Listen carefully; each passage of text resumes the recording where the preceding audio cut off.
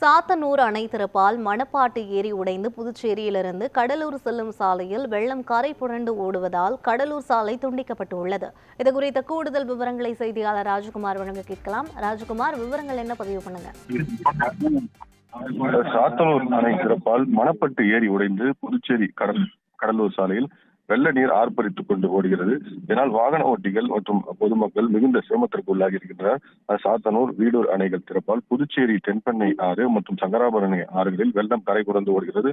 இதனால் அந்த ஆறுகளை சுற்றி இருக்கக்கூடிய 25க்கும் மேற்பட்ட கிராமங்கள் கடும் பாதிப்புக்கு உள்ளாகி இருக்கின்றனர். இந்த நிலையில் சாத்தனூர் அணை திறக்கப்பட்டதால் புதுச்சேரி எல்லை பகுதியான கன்னிக்கோயில் அருகே உள்ள மணப்பட்டு ஏரி உடைந்து வெள்ள நீர் புதுச்சேரி கடலூர் பிரதான சாலையில் நடுவே ஆர்ப்பரித்துக் கொண்டு கூறுகிறது. இதனால் புதுச்சேரியிலிருந்து கடலூர் செல்லும் வாகனங்கள் முற்றிலுமாக நிறுத்தப்பட்டிருக்கிறது.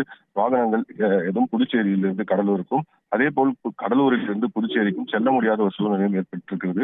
ஆர்ப்பரித்துக் கொண்டு ஓடும் இந்த வெள்ள நீரால் பொதுமக்கள் அப்பகுதியை கடக்கவே மிகவும் சிரமத்திற்கு உள்ளாகி இருக்கின்றனர். இதனால் புதுச்சேரி கடலூர் சாலை துண்டிக்கப்பட்டு அந்த வழியாக அவசர தேவைக்காக செல்லக்கூடிய வாகனங்கள் அனைத்தும் புதிதாக அமைக்கப்பட்டு வரும் விழுப்புரம் நாகப்பட்டினம் தேசிய நெடுஞ்சாலைக்கு மாற்றப்பட்டு கடலூர் செல்லும் வகையில் ஏற்பாடு செய்யப்பட்டிருக்கிறது. மேலும் பொதுமக்கள் அந்த சாலையை கடப்பதற்கு மிகுந்த சிரமத்திற்கு உள்ளாகி இருக்கின்றனர்.